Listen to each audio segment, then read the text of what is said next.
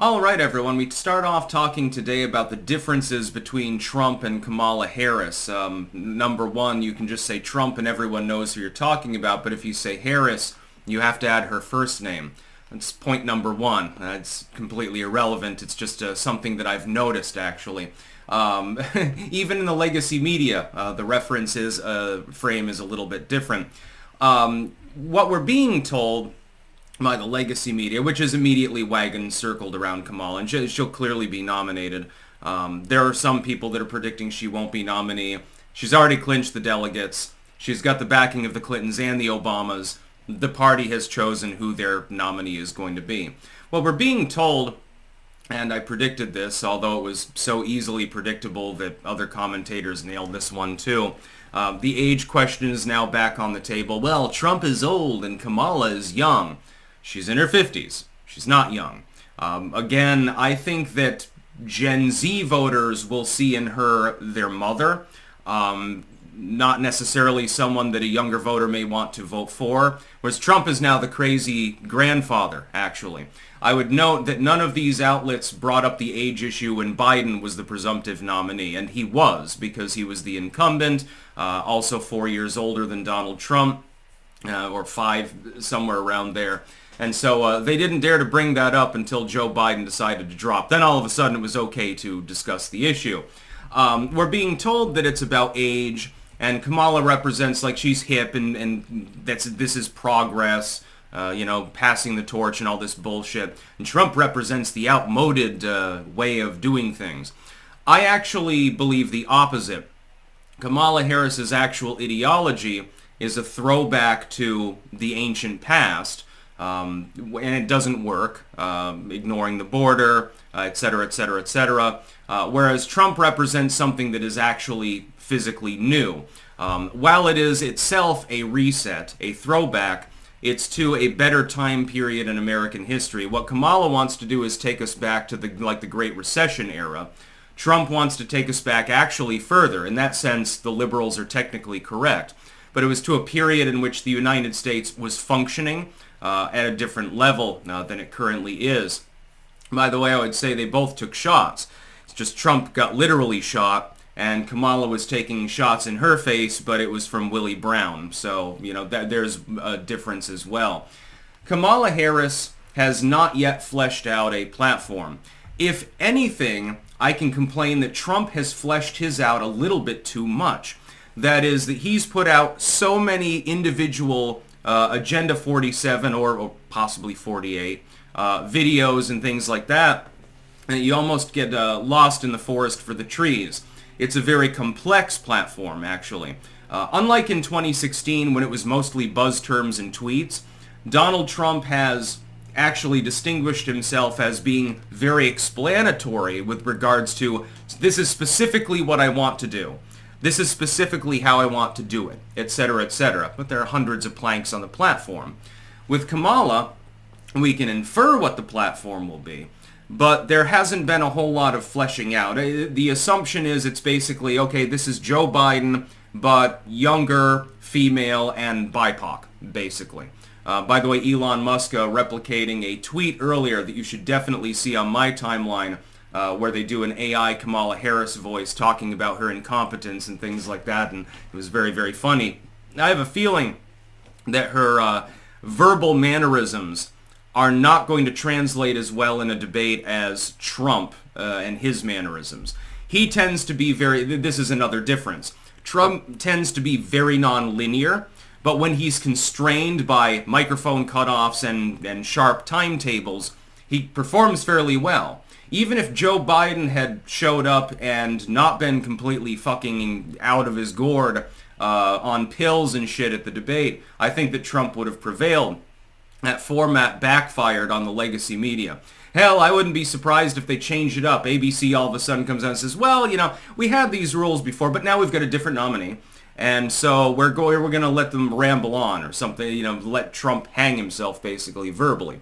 He tends to be verbose. He's more constrained under those particular rules. Kamala Harris will basically do a Jen Psaki thing and circle back around over and over again whirlwinding herself, saying absolutely nothing. She is the sound and the fury, and Trump is Hemingway, basically. That's the difference, verbally speaking. With the platform, again, you've got a very, almost overly flush platform from Trump. You have a very sparse one for Kamala. It's basically, abortion, I'm female, you can't criticize me or you're sexist.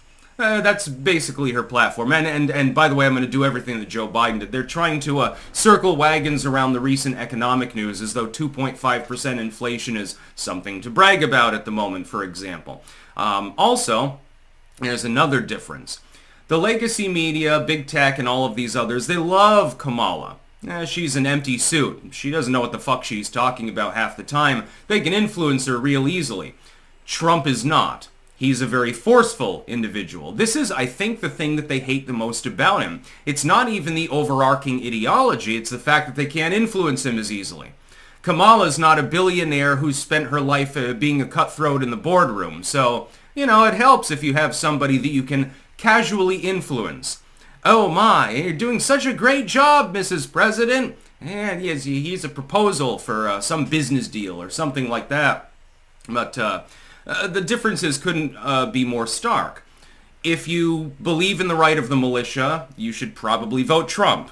If you think that that's an outdated concept and the U.S. military can do everything itself and people don't need to defend themselves, well, I guess you're voting for Kamala. If you believe that we should not be censoring the internet and people should generally be free to express themselves, Team Trump. If you believe that we need to get naughty stuff off the internet because think of the kids or something like that, well, then you're probably Team Kamala. If you believe that the state should take the fore on most issues, as was the founding goal of our entire country, Team Trump. If you believe that we should federalize everything and that the state should be effectively subjugate servants to an overarching empire, Team Kamala. If you believe in the right to a fair trial, then probably Team Trump. I mean, he's being legally persecuted right now. Kamala was a crooked prosecutor who put people in jail for extended sentences under aggravated charges for mere drug possession. Well, if you don't care about the right to a fair and speedy public trial, you probably lean towards Kamala. I could go on and on all day about this. Hell, if you believe in the rights of women to choose, Donald Trump has been fairly consistent on this issue as a centrist. That's not even really on the table. They're going to try to peg him on abortion, though. You just know that that's going to happen because the candidate for the Democrats happens to be a female. She's going to bring it up at the debate. Well, I strongly believe in the rights of women. Donald Trump can easily counter this. We'll see how well he does at doing so. And of course, Kamala is not the best debater in the world. Again, is going to be, it'll be lackluster regardless on ideology and on delivery. But we'll see what happens in the September debate. And it will happen. Trump will agree to the debate, but only once Kamala's actually the nominee. And then something else, maybe they cycle her out and then he has to debate somebody entirely different. I mean, it's literally happened in this election cycle, so I'm not too worried about the debate stuff. I do hope that the debate happens, though, because I want to live react to it. This one will be fucking fireworks. It'll be fucking great. And the difference could not be more stark. Donald Trump is older. Yay, okay, the legacy media finally gets to say that age is an issue within politics because Joe Biden's not the one running. I hope that people notice that, by the way. It was like night and day over a 24-hour period. It was within one single news cycle that suddenly became a pertinent issue. Well, Donald Trump is the same age as Biden was when he got his first term. Well, yeah, but age and incapacity are two different things. There are 90-year-olds that could still go jogging every morning, so it's a little bit different. But they're going to try to astroturf that as an issue. You're about to see one of the weirdest goddamn political campaigns of all of human history, actually. And I can't wait for it, actually. I can't wait for Trump to be back in office. I suspect that will be the case. I know there's some push polling right now.